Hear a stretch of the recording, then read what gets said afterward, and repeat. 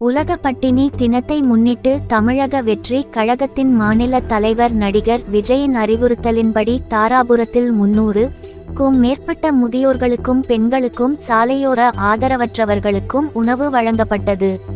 திருப்பூர் மாவட்டம் தாராபுரத்தில் உலக பட்டினி தினத்தை முன்னிட்டு தமிழக வெற்றி கழகத்தின் மாநில தலைவர் நடிகர் விஜயின் அறிவுறுத்தலின்படி மாநில செயலாளர் புஸ்ஸி ஆனந்த் வழிகாட்டலின்படி தாராபுரம் சட்டமன்ற தொகுதி மற்றும் மடத்துக்குளம் சட்டமன்ற தொகுதி உட்பட்ட தாராபுரம் பேருந்து நிலையம் அருகே தமிழக வெற்றி கழகத்தின் திருப்பூர் கிழக்கு மாவட்ட தலைவர் பல்லடம் யுவராஜ் தலைமையில் மேற்பட்ட ஏழை எளிய மக்களுக்கும் பெண்களுக்கும் ஆதரவற்ற முதியோர்களுக்கும் சாலையோர வாசிகளுக்கும் மதிய உணவு மற்றும் குடிநீர் வழங்கப்பட்டது.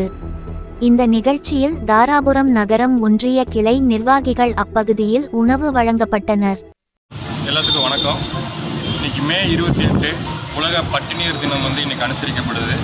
இந்த நாள் எதுக்காக அப்படின்னா, உலகத்தில் ஒருத்தருக்கு கூட பட்டினியாக இருக்கக்கூடாது, அன்றாட தேவையான உணவு எல்லாத்துக்கும் கிடைக்கணும்.